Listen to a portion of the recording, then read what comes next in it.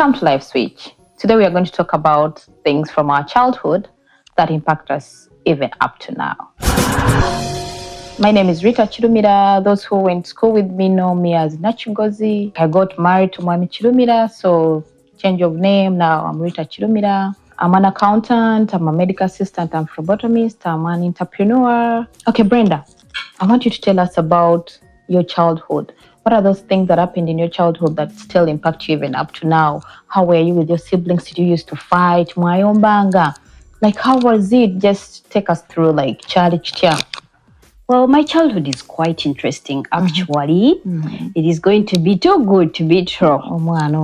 Yeah, too good to be true, because now that I'm this age and I have seen so much, I know that I just grew up in a small bubble. And then now I know the world.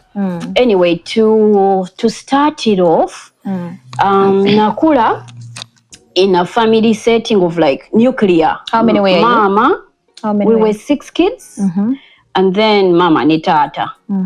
We had a little bit of relatives that used to come in as visitors, but not like people that we were staying with. And it got to a point where we didn't grow up with anybody at all. Did you go like during like holidays to your... No.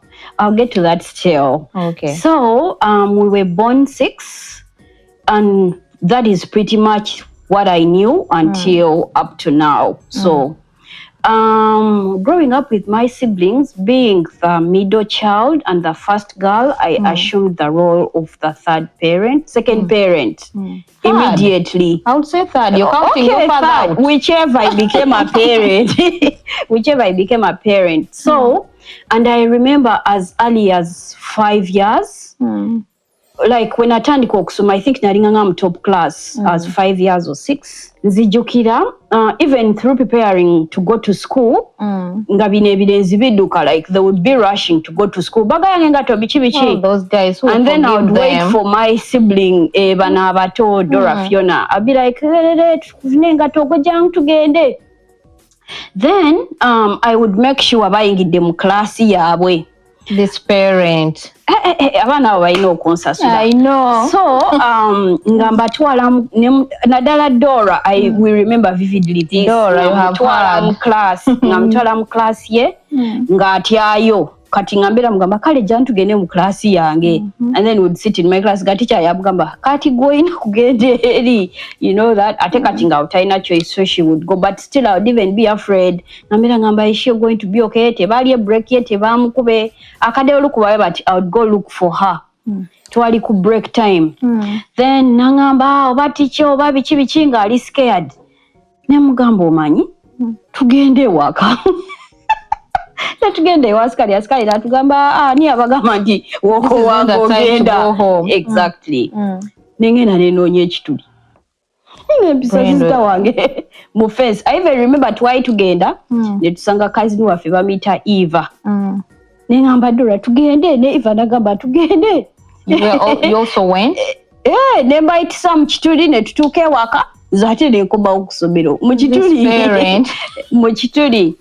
And it feels nice knowing that I have always covered up for my sisters. I've always looked out for them. No. However, it doesn't mean that they were not doing their roles as boys. But I feel like being a girl, era ne mami waffe yakulanga agamba omuwala yaba wanjawulo. So I grew up with so much knowing of that. Like you have some, you have to be extra, a little bit extra. Then been ebintu maybe sibling fights, but tugamba nyo toyogera mu busungu soko mira obusungu. Kati remember omuntu waba kunyiziza kiba hot oba oyagala to say it there and then or fight obichi. But nga obera hesitant to react to babichi. Yes, because ne mwanyi gangango oba omuzadde taliiwo. Obera ogamba wanaakomawo onayinza okunsokayo nandopa nti enze yatandise okulwana. So we didn't have fights at all. The fights that we had were like verbal. Atenga nela sibya kuvuma. Nga we were defending her. But you did this to me. Even the other time you did this. No. That kind of thing. Like you are hurting me. No, it is you who is hurting me. That kind of, But it wasn't these things of now that I know better, that siblings were used. Unlike you, Brenda and Zemia, used to to fear fighting. I fear fighting. I can speak, but if you say like Tandike one physically, I can't. Interesting. Interesting. However, we know that, like some of the things that really impact kids or that impact people up to date is that physical, fighting, yeah. Nemukulanga muri basibling obanga omu yakukubana kulekerera gwe sawa zino kugamba ani anyiziza jankuwemu, yeah. Nchokuranira, like for us when we are growing up, not twalina that verbal like fights, like kuba nemwogera bichi, but physical fighting, like kubanze nwane n'omuntu. The Brenda, since my childhood, I could talk, but I don't ever remember starting a fight. Okujjako nedda, I was at school. Those one fight jenjukira mu bulamu bwange ngamba oba jempitanga fight in my life, like oba nenzikiza nga let's fight. I was in P5. Yeah, I was in P5. So we had this girl in class. I remember even her name baba mtanora nga munene. I think teyali mukuru. Naye like Bambi, like she had like that body that grows very fast. So she looked like she's older than us. But I think she was same age with us. Nenga Nora kuba like obane wabanga, like you have her pencil, like when she comes to get it from you. She can't just get the pencil, she has to leave you with a slap or something, or she pushes you, like anything. She was like very aggressive. So this one time she pushes me, I fall down, try to get the break. Then the next day there was some guy, but some couple, but wakaita Andrew.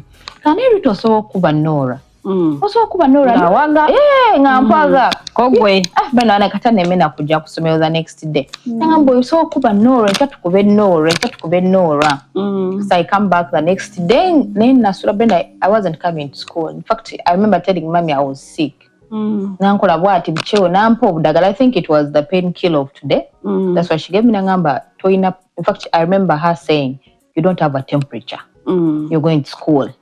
If you feel very bad, you'll come back. But for now, you're going. So I went. We reached at school. Like, I thought we were going to fight on break time. But like, never gamba, like, let's like take it like to after like classes. So classes, I was scared. I'd never fought with anybody. I didn't know how to start. Then like we went like mwaka kantu, like there were two girls, me and the girl. And they said like Ritah mukube bichi, like people ngabawaga. But I mukube like I was scared, I was crying and scared. Don't mean byabana bato like people pushing you. Bichi at already ali arwanya wabalanga batano. Bono romuzanyisa. So I fought like five people. Brenda, when I went, I don't know nainda banyo wrestling. Katinga manyo omuntu omukwate ebigere like you just hold the feel like no mukuba wansinga umanya abale wrestling, like they come from the back. Yebuzabza like he's going to fight with you, then nakuyola. That's what I did to Nora. Me when I came, I was targeting her feet, like I was targeting her legs. I wasn't looking at anything else. I was targeting musitula maguru. That's what I did. Nakwata Nora down. Nga mubunji bwe bwonna, she fell down. People were just rejoicing like, oh, mukubi.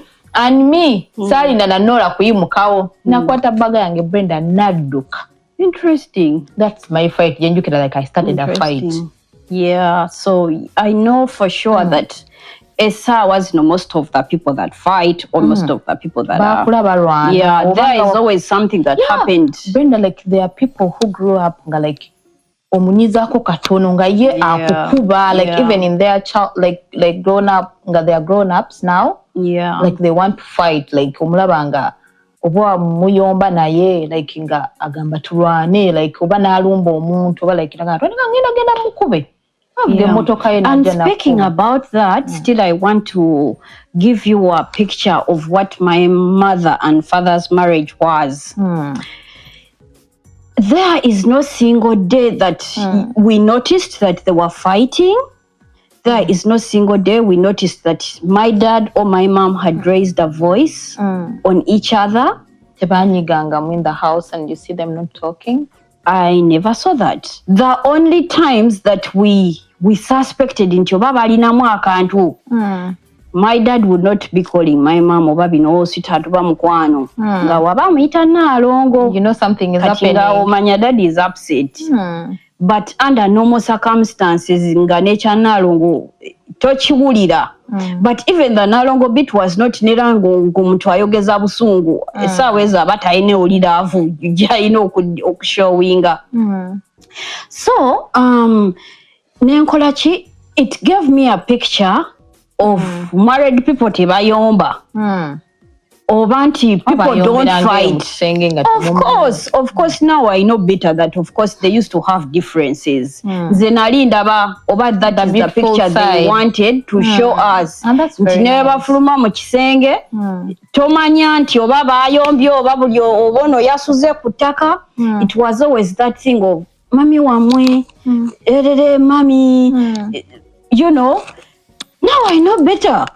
I know better actually. I tried to ask him, I used to ask my mom a bit kuzeemu. Of recent namubuuza. Your dad? Namubuuza daddy.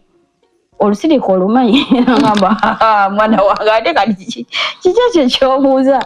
Namugamba daddy mbadde mbuuza, did you have that like olusirika? Namugamba nze obulamu bwange bwonna, even now that I'm grown, I have never seen that mugwe oba mumwe. Nangamba actually nze ndi muntu ayogera ate ensonyiwirawo. Nangamba naye tebubulamu. So nangamba actually the longest time when nali nsirikidde maamawo, you won't believe. Nangamba lunaku lumu nasula n'enyigoto olubuto biki. Nangamba wandimize eddagala ebintu nti bwe bityo. So ne kumakya n'azikuwenga olubuto lumuluma, mami n'amugamba omanyi kankutwale mu ddwaliro. Kati eddwaliro lye yamutwalako lwali wala. My mom had just learned how to drive. Daddy yangambye n'atula mu mmotoka bwe nti ngamba kati olubuto luluma ate nalonga asazeewo kunzita busi. He kept on thinking either my mom agenda kuyingira ekimotoka oba ekimotoka kigenda bayingira. Kati jjukira nga ogambye baali ba mikwano nnyo, ekiboozi kyabwe buli kaseera 24 ebijiiko gundi emboozi yaabwe yabeerangawo every other time nga banyumya. That's what I missed. So kati n'agamba that is the longest time gy'ajjukira gye baasirika. Naye nga ye yali amubleminga mbu yamuyingiza emmotoka ng'ali mu kuyiga and ne bavuga olugendo oluwanvu, simanya ngamba past Kawanda something of that sort, like some new hospital yali egenze yo side. Nangamba ate n'addamu n'amutraumatizinga kukomawo on the way back ate obudde bwali buyise. Kati nangamba nga neeraliikirira nakanga kati ffenna tufe ate abaana naye omukazi ono yanirese.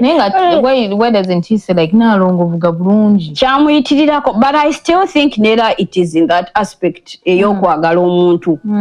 Kati yagonda because yamanya nti yalina interest okumutwala mu ddwaliro. However ate n'anyiiga nti muyiga asobola okukola ki, era namugamba naye kati naye lwaki wayigira emmotoka y'omuyiga era nawe wayoyagala. But he had no option. Exactly. That's what I think. Exactly. But to omukyenke nayizeemu like tebayina obwo obudde na kusirika. It is because waliwo ku tension katinga. It looked like a thin line between life and death. Yeah. Kati omukwano gwabwe gwe baalina like mwaguyigirako kinga mu abaana, like what did you like really used to see them?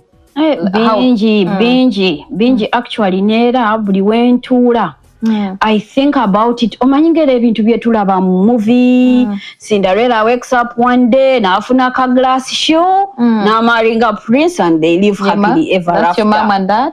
Yes. Brenda. I'm telling you, certain things are too good to be true. Oba certain ebintu ebimu wokiraba realistically you can say no, it can't be. But nera nga bwe nkugambye, I think they affirm their life, their marriage is an affirmation to me of like over fairy tales ziri true, like soulmates are there. Not everyone is just lucky, but soulmates are there. So nga bwe nkugambye saabalabangako nga bayumba. Also mama wange yayagalanga nnyo abantu. It made me think nange nina okwagala abantu. Regardless of who they are to me, regardless of who they are, whether I know them or not. Okumanya yayagala abantu Ritah oba okumanya yayinanga omukwano. And I thought that is how it should be. Like buli omu oyina omwagala. Nga mamange wasembeza omuntu tugambe stranger. Even the stranger warms up to her love. Wow, that was beautiful. Naye nga stranger tanaba kulaba gwayagala. Oba kitegera kyenkugamba like nga wokyala omuntu najjayo buli kimu nakuwa ne bakita batya a parcel to take. N'atwala n'essimu yo n'akuteerako ne transport naye nga waze tebwamugambye. Like she would give you love mu bigambo, she would give you love mu ssente. Naye eno gye ntuuse nga nkula. All about things are totally different. I even different. question if some people should be kusembeza. You know what I mean? Not in a bad way, but because you can love somebody and they don't love you back. Yes, even but just Brenda, to cut you short, chintu cha loving somebody and they don't love you back. Like chise mikwano mingi. What I've realized, like abantu abamu ddala emikwano gy'abawala. Exactly. Someone loves more ate omulala aba n'emikwano gye kulowooza nti omuntu mukwano gwo. Tulina omwana nga tusoma omwana sijja mwogera linnya lye because she's now my friend sagala mwogera. Yali asoma naye yali tamanyi Luganda bulungi. She was from Tanzania. Kati lumu yali like she had a misunderstanding with one of like another student. Kati namugamba olowooza you're my friend, olowooza ondi wano. Namugamba tondi wano oli eri ku class kati namugereza senior 5 senior 5 ngeri wala. Namugamba oli eri ku senior 5 ngatwangako mugamba you're hurting me, you think you're my friend but oli eri like you're very far. You are distant. Yeah, distant like nenga because she didn't know Luganda so she wanted like to express it like with the distance. Yeah. Namugamba oli eri. So I think ate sijjagamba even in friendship you can love. Like abantu abamu like you love somebody nga gwolowooza mukwano gwo you do everything like kibichi. Naye nga yewe bamutuuza bamugamba Brenda mpayo emikwano gye 5 bwegiti. Ng'agenda soma abantu abo 5 Brenda nga toliimu. Bamugambe kale twongereyo 10. Nga nawe toliimu. 10 mpaka ng'olinga mu 3 mu eyo mu 8. Naye gwe nga bakubuuza who's your friend?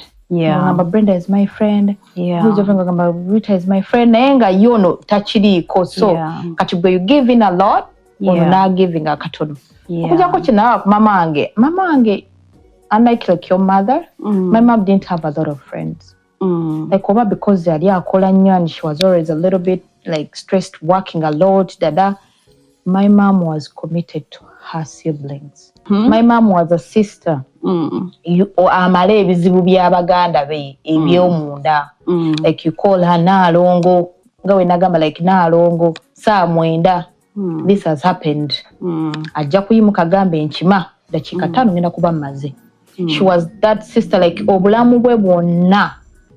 Ngayagala nnyo baganda be like nnyonnyo nga naye bamwagala nga Naalongo yamala ebirala. Mine was an all-rounder. Era teri muntu gwe tumanyi that she was not a mother to.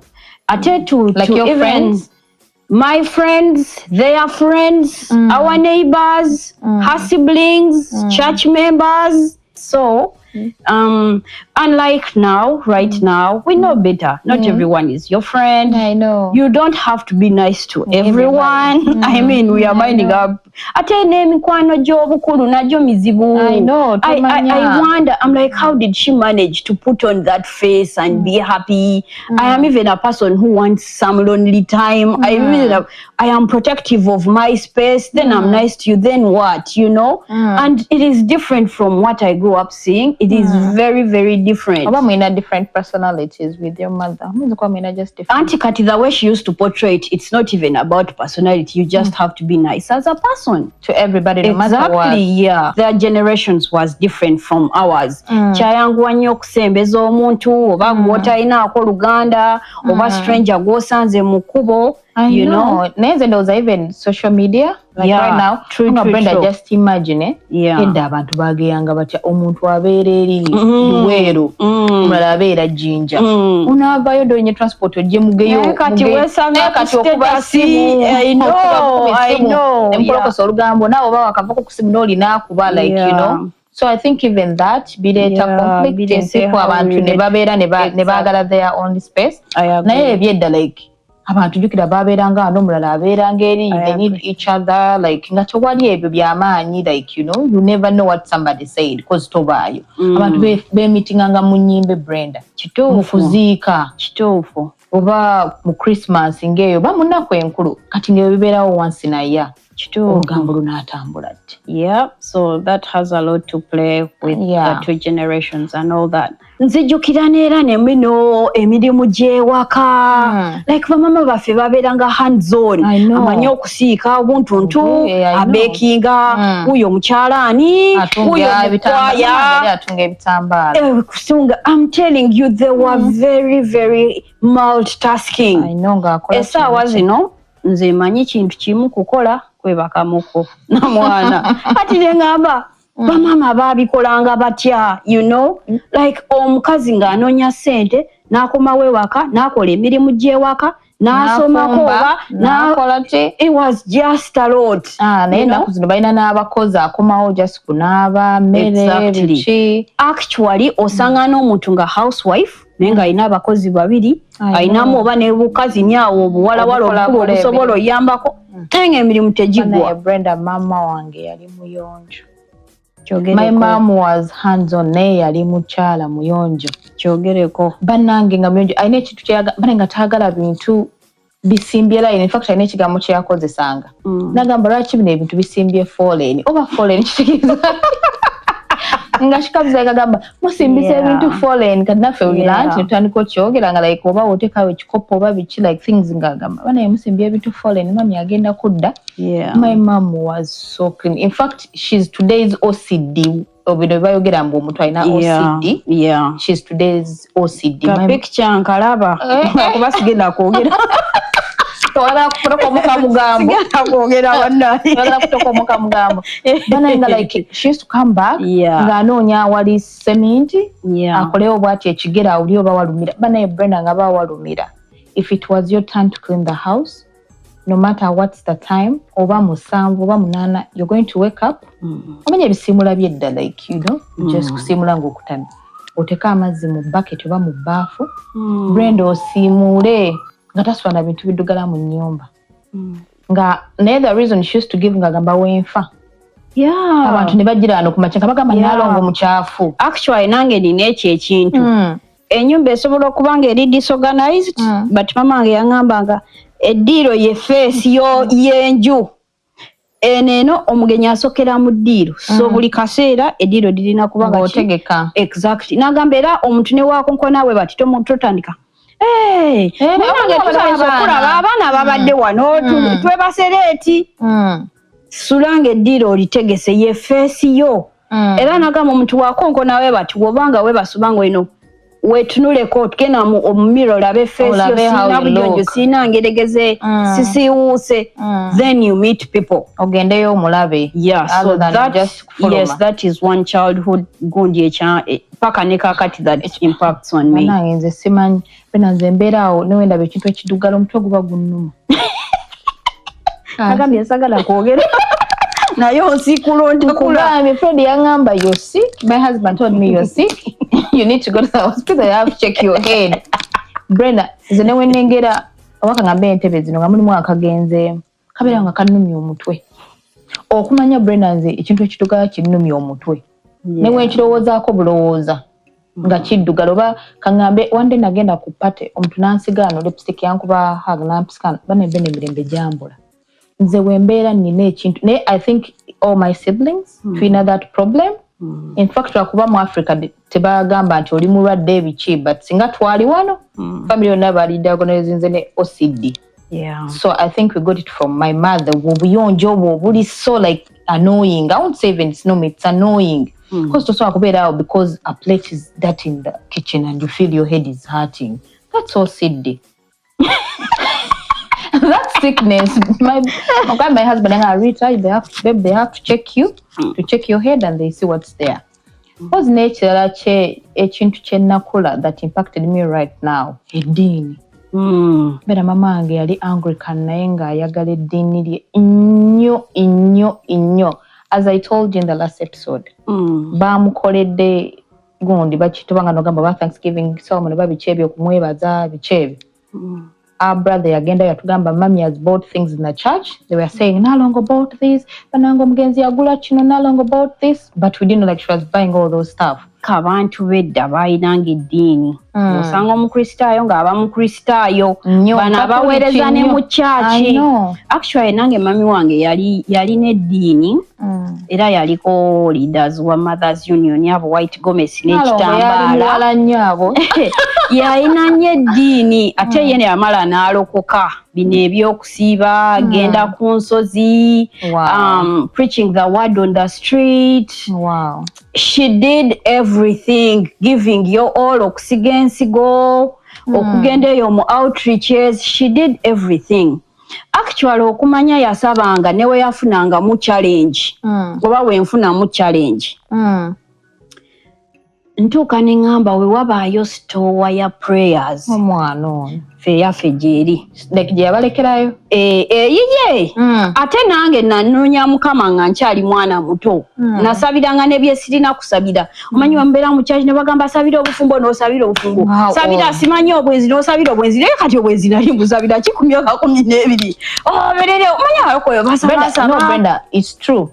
Omanyi nti waliwo abaana abakula ne babeeranga like 12 years natandika like okufuna like okubanga ali intimate with men obuba bwenzi because they haven't reached like an age or to do that. So wogamba sabira obwenzi it protected you. Kituufu anti ky'olabanga nkugambye olusi mbeera challenge. Actually right now as I am an adult there are times when I can't pray ngandi overwhelmed. I know. Nentula butuuzi in the presence of God. No sirikan, that's nga sirina nakyamugamba because I feel byonna mbisabidde kati ate why is life happening on me seriously.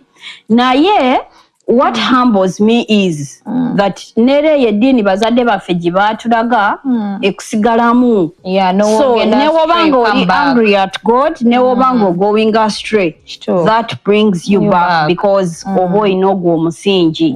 Ate ekitaliiwo nnaku zino essaawa zino kyangu nnyo nnyo olaba omwana they're out in the world, they don't care about God, they don't know God, they don't love God, they don't seek Him, which our parents didn't show us. Discipline, like Brenda talk about discipline. I remember, in fact, I can't forget this. Brenda Fenga tuve waka like going somewhere. Oba like mugenda over kupate. No, kupate. Oba mugenda over imurumbe, oba mugenda like on a wedding, like anywhere. Banange, you from home. Move out with a lot of warnings, like if I see you crossing, if I see by nature if somebody comes here and tells me to you did great, or jalava bane brinanga, you reach at the party or you reach like kumukolo, you worried about and my mom had a lot of uncles. I mean a lot of brothers and sisters. So like you're worried about greeting people, like we could be like they're asking my sisters, have you seen Uncle Gunde? Like he's behind the house. Then you go, you greet, you start even counting them. I've greeted the Uncle Fred, the Uncle, like you count them, you're like, I haven't greeted. But I saw the difference in our cousins. For us, we are worrying about greeting their fathers and their mothers, because the mothers are sisters to mom and the fathers are brothers to my mom. My mom would just be pulling their kids. Like to greet them like ngababuza, like Rachompitako, come and greet me, come and say hi to me. Don't you know like I'm your singer? But don't you know like I'm your mother? Like it's something very easy with me. Like okufukama is like kneeling to greet somebody. Because that what I was taught when I was growing up is still impacting me even right now. I'm a vivi gange tegazitowa. Nayo sango omuntu negwaino fukamirira tasobola because tebakimukuliza. I'm like actually maniyo n'omuntu ye kumbaga ye ya agreeing n'omwami wenti tetufukamira mbuno tafukamira ndoza nera yali amunyonyoddemu ebyokufukamira si bintu byange biki but nero manyi ba MC nafuka ejjute. I know kwata akazidala omukyala gundi omupya ni oli married fukamira omwami wo biki nagana yafukamira because bakinsistingako ku muzindaalo. Wow. MC yali takitegeera na insisting afukamire. But bwe yafukamira yagamba baawe omutima gwange gufukamidde. Ati bwakinyumiza mu mutima gwange ne ngamba what was the big deal? Like at least era wali oyino kimugamba nti gwe wadde ofukamidde physically omutima gwo gukoze eki guyimiridde. I'm like this is but then I understand that how you were raised because kati ekyo kiraga nti ye okufukamira is not even a symbol of respect. Kibeera ng'ekintu omukake ye you know like you are inflicting pain. You're commanding actually. You are commanding respect from them. That is how I interpreted it. Era some criticizing anyonti oba biki but that is how when akitegeeramu. Anyway nera ku bintu ebyo ebya discipline I think back then bazadde baffe ba emphasizing nnyo ebintu ng'ebyo oba okubuuza abantu oba ku participating mu mirimu nga mulina we mugenze. Unlike us now, people don't give a damn about their kids greeting, about their kids being social. Ne waba tali social, but agamba oyo watyo, oyo musirisa amanyeko. We even justify. I'm going to include myself because I'm in this. We even justify.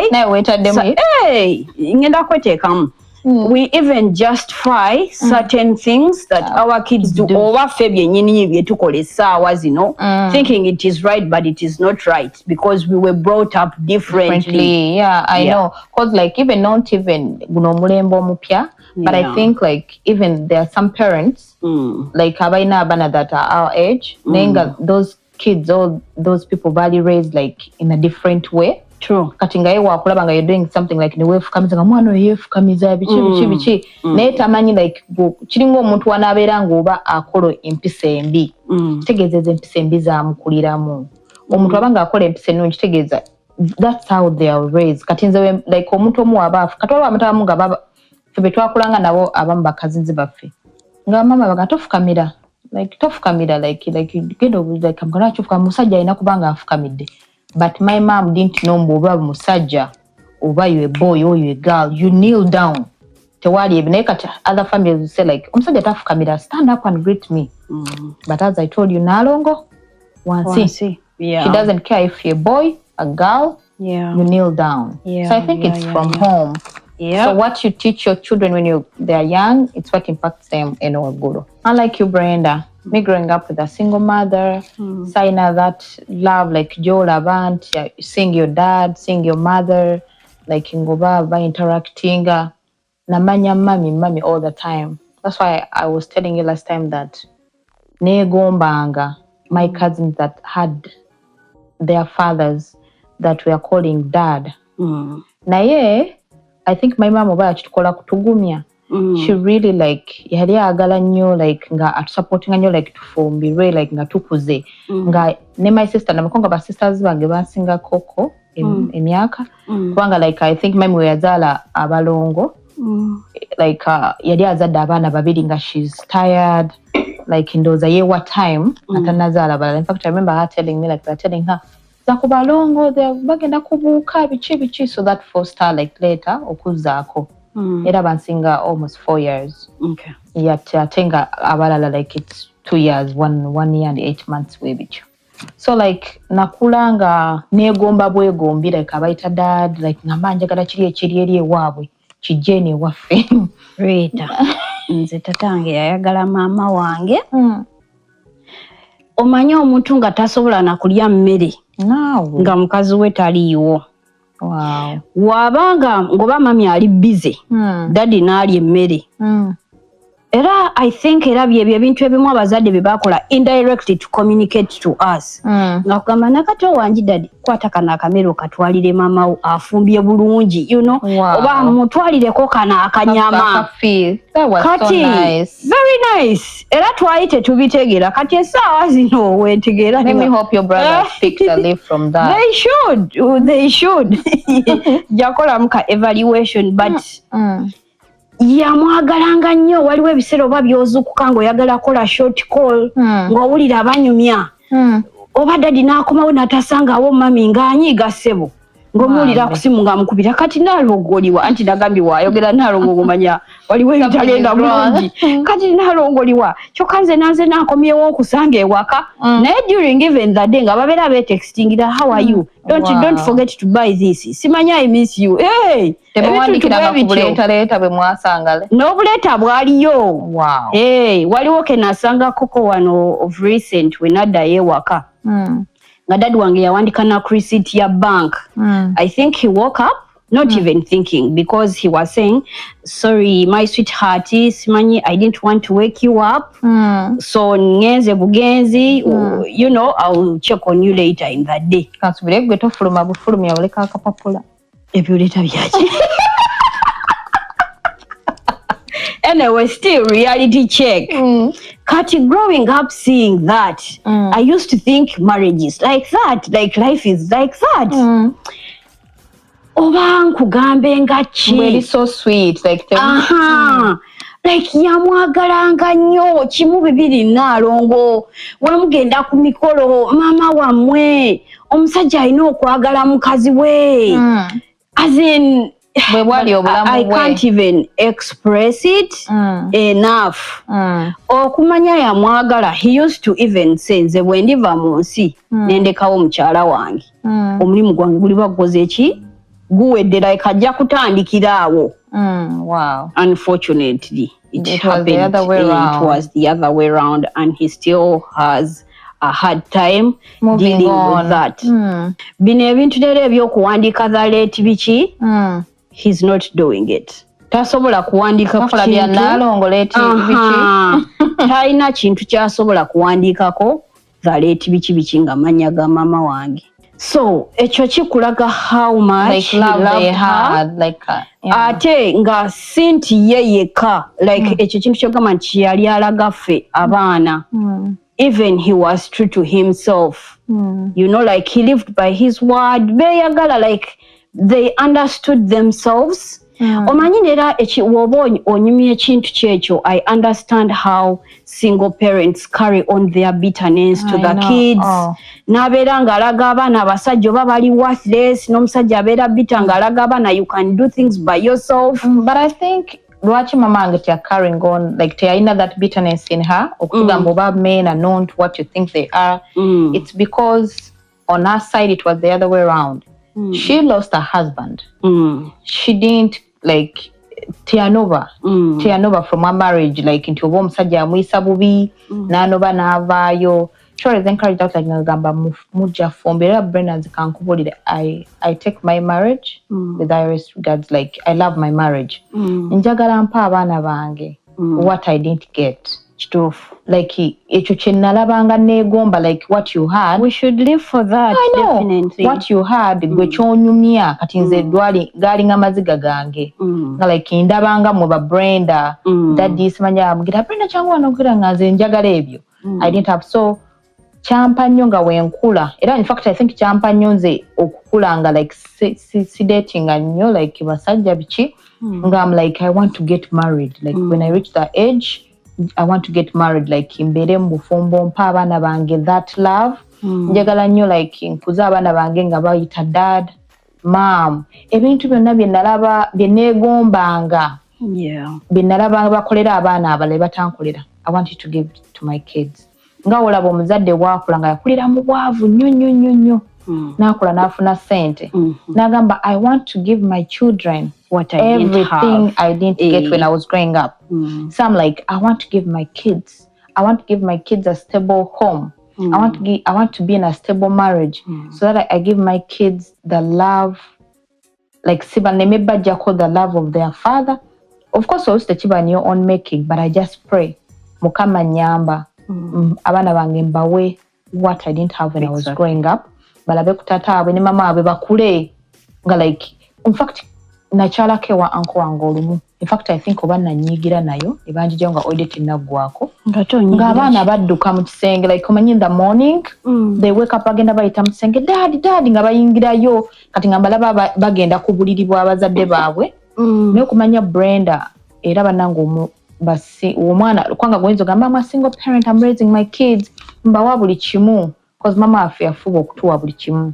naye like tuba ne that emptiness that you a parent can't fulfill, giving us clothes, like taking us to schools, giving us like, mama, proud single parent. Of course, I'm sorry for us child different because somebody died, but I'm talking about somebody that are proud in it because they're raising abana. Exactly. That those kids are missing something that little Ritah was missing.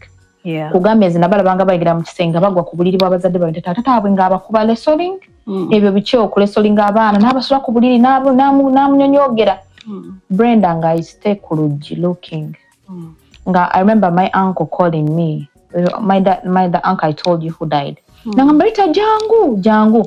But I felt I wasn't part of that. Ngena mpulira siri part of that. Like nga naba ne baba bakola ekyejje waka biki I feel of course wenzira ewa mama nge nsiita bubi nyeeri biki tongwe ekyejjo biki but when I'm here eno nga ndaba like I sina kuyita oli taata sina okumanya obutaba na muzadde it's really very bad. Brenda nagenda kewa my sister okubeerayoko one of my elder sister ng'omwami we my sister bamita Stella ng'omwami we alina kumpita mukyala. I was a little sister abalina mupita mukyala kati my sister nangamba muyite nga wonagamba Daddy Brenda kati nga muyita erinnya ly'omwana we nga let me give an example like Daddy Brenda. But I sat my sister one day nga mubuuza ne mga baba can I call nga I don't want to say the name nga can I call Daddy Brenda dad? Ngamba neda tekisoboka. Ngamba kamuyita cause nga ndaba amu left out bali bonna bayita taata nze siri. So I think gwe kyobadde onyumya kyewayitamu that gave you like that impacted you even right now like kikuyambako me experience embi nagifunamu a good picture. But safunamu the exact like salaba. But bye nalaba ebibi ebyali impacted ngamba I can raise my kids, I can be my mom nga yaliwo biki nze na picking amu the good side of it. Actually it's really good to okusala ekirimi ne dad waffe batukuzanga batugamba like this is a gift, you know, like don't take this for granted, like to raise buli you omu takifuna. They would always tell us nti you know for kubeera namwe kirabo, you know, like buli omu akyagala naye ate buli omu takirina oba kale waliwo abakyagala. I will not say everyone, naye waliwo akyagala naye nga takifunye, waliwo akyagala naye nga tasobola kubeera nakyo. So the talking was always there back and forth. They used to remind us of that. But also I love the fact I appreciate the fact that even with single parenthood, we are not saying that it is a bad thing because there are some underlying factors, obviously. Like losing a husband. Yes, however, even when you lose a husband, you can choose to still be bitter. Okitegeera. So kiva kugwe oku interrupt to define situation jolimu and look at the brighter side of life because you don't know how people take grief, how people she could have turned the other way, you know what I mean? Exactly. I can make it on my own.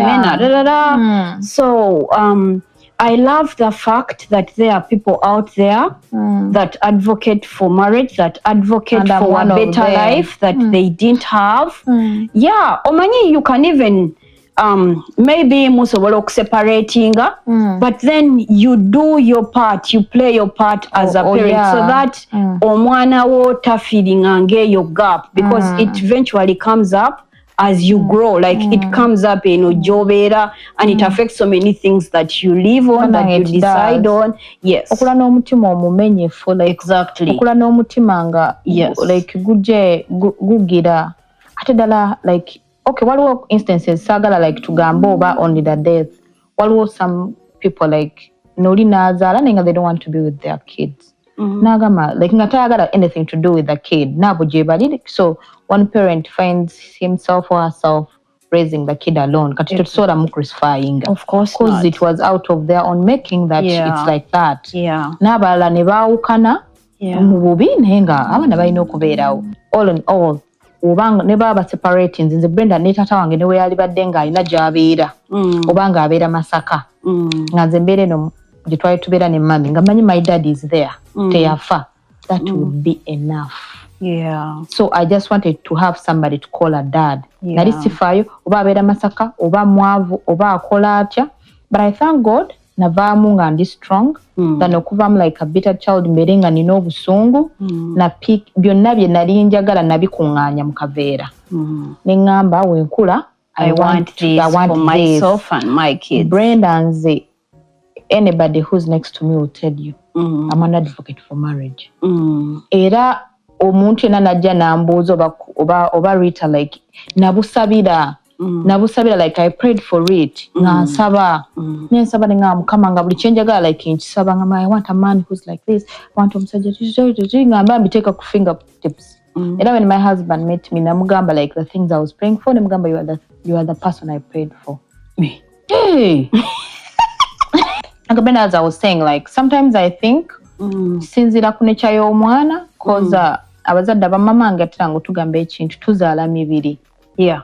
Ozaala mibiri ate waliwo n'abazadde nakola everything they can do in their power of raising their child abeere nga ali hard working. Omwana nakola naga asaagala kukola naye nga taata we yali akola ewaka, maama we yali so hard working, nakola n'agamba ye taagala kukola oba n'agamba I want to be a stay home dad naye nga tekyaliwo.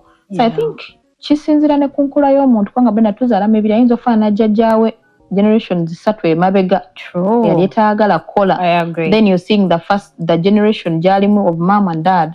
Era waliwo mu abantu abakola eddalu oba ku kyalo nga naye taata ye muntu mulamu ne maama ye muntu mulamu, omwana empisa embi yazijjawa ne baganda ye bantu bulamu naye nga mwana waabwe mubaamu black sheep of the family, the muyaayo the muyaayo of the family. I think kisinziira ku nature y'omuntu. Kubanga abantu bazaala mibiri tebazaala myoyo, emyoyo Katonda yagiwunda. Kati tosobola kumanya mwana wo kyalibeera kivulaba otuzaala abaana, we need to pray for them baveemu ekyo tekitubasuubira baveemu other than just expecting babeere better. Now I know marriage is hard work, you put in effort. Wala manyi luli byakubeeraawo mentally lali manyi ozuukuka Mukama n'akufuuwako eddusu, you meet your soulmate. Now I know better. Loving, then I also know that fights are not necessary, honestly. You choose battles to fight, and some are meaningful, some are not. 3, people don't define you. The world doesn't define you. You define yourself. Kyenjagala mbeere kyembawa. Sisobola keera ku makya ne ngamba gundi anjogerako kino nga sikiri ate ne nkikakasa. It is either me to affirm oyo omuntu kyadefiningako oba nze okwedefininga kikyendi. 3, ebintu ebyatubaako mu buto, fine, they define who you are, but eno mu maaso bw'ozuula still you weigh ekyakolera n'ekitakolera, and you strive to be the better part of it. You should always strive to be more. Like chikubiseemu emirundi, break generational curses, generational poverty. Obe wamwe tiwaliyo PhD gwe ginonye, obe wamwe bali bafa sukali gwe like fight to break those generational things. I strive to be one of a kind. I strive to be the first in my family or in my generation or whatever. So I think those are some of the things that keep me going, because even as I am still learning life, obviously. I am still learning how to be the best mother or wife, you know. But then even as a friend, even as a better person to myself as an individual, Ritah kimanyi nti waliwo abantu abateefaako. Hey. Exactly. Nze mamange, even that during that time weje emirembe, she had a night routine. Yalina akazigo kaake ekiro nkajjukira wakireyo babiki biki akawunya bulungi. So right now I sit down and I just want to be the best version of myself for nobody else but me. And I know for a fact that even these are some of the things right now that are turning points, like the life switching moments of so many people. Essaawa zino singa sirina ddiini, ebintu ebimbaako ebyo bikyangu nnyo nnyo ogenda oba nentandikwa enjaga oba, you know, like it can easily break you down. However, you pick yourself up very fast because you should know better, because you were raised better, because you want to be better. Ate gweyigamu ki? The changes emu pose to start with one of the points you talked about, like ey'okwefaako. Brenda, nze nayiga nga we naga my mom was the OCD of today. Ubanga bano mbaba OCD mama wange. So nayiga like okwe ate kyava buto nga like nefa ku Brenda even right now. Nze nkera kumacha nenetereza bulungi and my husband is like olaga wanga mwawendi wano ngenda kufumba. Because like omuntu nayiga okwefako obuyonjo kinalaba my mom kyakola nange kyenkola right now. Mpoze ekyokubiri nayiga nakulanze oba ngambe like engeri gye batukuzaamu nga my mom like okola emirimu obuteekanya. Brenda nze nsobola okukola emirimu nenkola emirimu n'empisa ekyokusatu kufukamira bino okufukamirira abantu like biki nekyala mami nga gamba kweka obuyisa bw'obubi. Buli muntu aba n'obuyisa obubi obw'omunda, but you don't have to go on showing everybody your bad manners. Nagamba kubanga buli muntu alina shortcomings, so kwata obuyisa bw'obubi buteeke mu bucket. Toyina genda nga like buli omu obumulaga biki, in fact teyabuyitanga na buyisa obubi, yabuyitanga buziina. Like kwata obugire. N'ekirala ekyokuna, the way I grew up, like the challenges I went through when I was growing up, it's making me stronger today. Like all the problems I went through, byenalaba my mom struggles buli kimu, it's making me work harder. Brenda nze ndi mukazi asonga like when I say I'm going to do this, Brenda nkifiirako, it has to first refuse like nichigana and I'm like this has refused, I have to let it go. But if that doesn't happen, I'll go for what I want. From the bad experience of not having a father, now picking up something good, that I want to be with a stable marriage, I want to be nature chintu chuwa abana bange batasobola kufuna. Nekirala education. Brenda mama ange yakula yagala education yakituteekangamu like olina okusoma paka ne kakati gyendi. I still feel like I have to go to school more and learn. Because my mom yagamba mulaba kana akagambo ke bagamba education is the key. Do you know the importance of kisumuluzo? It's opening doors. Nagamba bine bagamba mbu abantu basomye tebalina mirimu. Nagamba nawe soma gukubule. So like ngatagala weko ya say the challenges that are happening ku bantu abalala okitwalenga ekizibu kyo like now gamba just some people are going to school and they have no jobs. Agamba go study gukubule. Just werijja nga there is somebody looking for somebody na expert jokola. You'll be the first person to be picked. All right, guys, we have come to the end of today's episode. It has been exciting. I hope you have learned one or two things. You can also share your experience, your childhood experience that, you picked a lesson from. We would love to know and hear from you. Thank you for sharing. Thank you for commenting. Please follow us on all our social media handles. Subscribe. It has been Brenda and Ritah here. Catch you again. Bye-bye. Again. Bye-bye. Again. Bye-bye.